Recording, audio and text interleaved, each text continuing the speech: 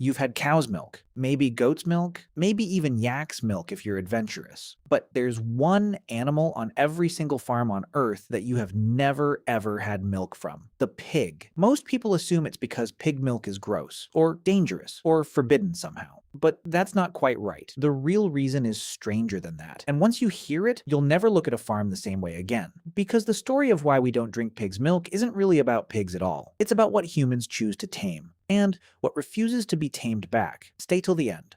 The last part will change how you think about every glass of milk you've ever had. So let's start with the obvious question. Can you even milk a pig? The answer is yes. Pigs are mammals. Every mammal makes milk for its young. A sow nursing piglets is doing the exact same biological job as a cow in a dairy barn, so the milk exists. It's real. It's sitting right there under every pig on every farm on the planet. But here's what's fascinating. Almost nobody has ever tasted it. Not because it's banned, not because it's poison, because getting it out of the pig might be one of the hardest jobs in all of agriculture. Picture this. You walk into a barn, there's a cow standing calmly, chewing hay, barely noticing you. You attach a machine to 4 teats. 10 minutes later, you've got gallons of milk. Now, picture the same walk toward a nursing sow. She doesn't stand calmly, she doesn't ignore you. A lactating sow is one of the most protective animals in the entire farmyard. Get too close to her piglets and she reacts like you're a predator, because in her mind, you might be. Wild boars are aggressive by nature. Domestic pigs never lost that instinct completely, so step 1 of milking a pig is simply surviving the attempt. But say you get past that. Say the sow lets you near her.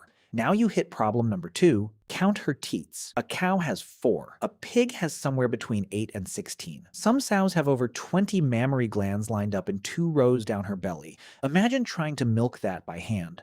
Now imagine building a machine to do it. No milking machine on Earth is designed for a body shaped like that. The technology simply doesn't exist. Farmers have tried adapting cow equipment. It doesn't work. The spacing is wrong. The teats are wrong. Everything about pig anatomy fights against the process. So what did they actually do for all those hours, the few researchers who tried this? They sat on the floor of a barn with a bucket by hand for every single teat. And here's where it gets even stranger. Even if your hands are fast enough, even if the sow tolerates you, you're racing a clock that almost nobody can win. A cow lets down her milk for around 10 minutes at a time. A sow lets down her milk for about 15 seconds. 15 seconds across more than a dozen teats. Then it stops. The milk simply isn't available anymore until the next nursing cycle. You could have the calmest, friendliest sow in the world, and you would still lose the race against her own biology. Add it all up, and you get the numbers. A dairy cow can produce around 65 pounds of milk a day. A sow produces around 13. That's less than a fifth. Now stack 15-second windows, 14 tiny teats, and a mother who might charge you on top of a yield that's already a fraction of a cow's. Suddenly, the math makes sense. There is no version of this that scales. But then here's the twist nobody expects: the milk itself. It's actually better than cow's milk on paper. So milk runs about 8.5% fat compared to roughly 3.5% in cow's milk. It's denser, richer, higher in protein too. If fat and richness are what make dairy taste indulgent, pig milk should be the luxury item of the dairy aisle, not the thing nobody's heard of.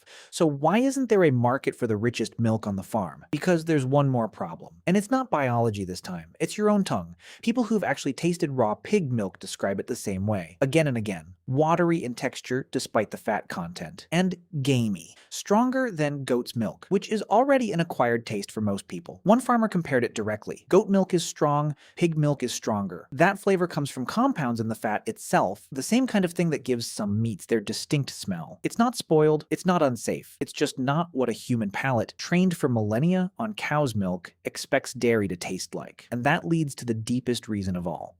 9,000 years ago, humans domesticated pigs. Around the same window of time we domesticated cows, goats, and sheep.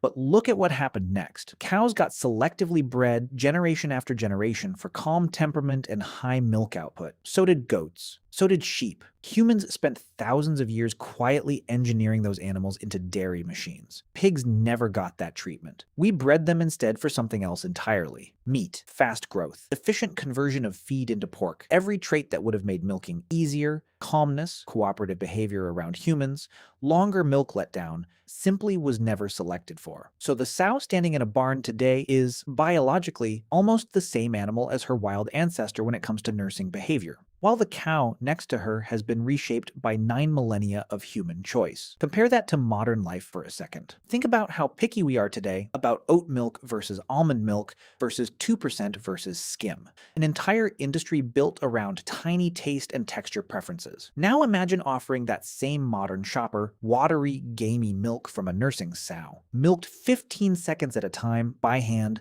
from an animal that might charge you. It's not that the milk failed a taste test in a lab somewhere. It never even got that far. It was disqualified by physics and economics before flavor was ever really the issue.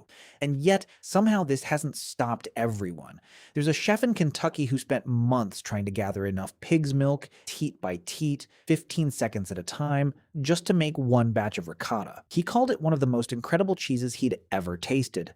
There's a farmer in the Netherlands who figured out how to turn pig's milk into a rich, salty cheese, and eventually even pork-flavored ice cream, something that actually became a small local sensation. And somewhere in Tuscany, there are unverified stories of a tiny village that has quietly kept making pig's milk cheese for generations, passed down almost like a secret, sometimes called the rarest cheese in the world. So the milk isn't a myth, it isn't forbidden, it isn't dangerous. It's sitting there under every sow, on every farm, on every continent, richer in fat than anything in your fridge right now. And almost nobody on Earth has ever tasted it. Here's the part that should really sit with you. Every single dairy product you've ever consumed exists because thousands of years ago, some human decided one particular animal was worth the effort of taming completely. Not just its body, its personality, its instincts, its whole relationship to us. Cows got that deal. Goats got that deal. Pigs got a different deal.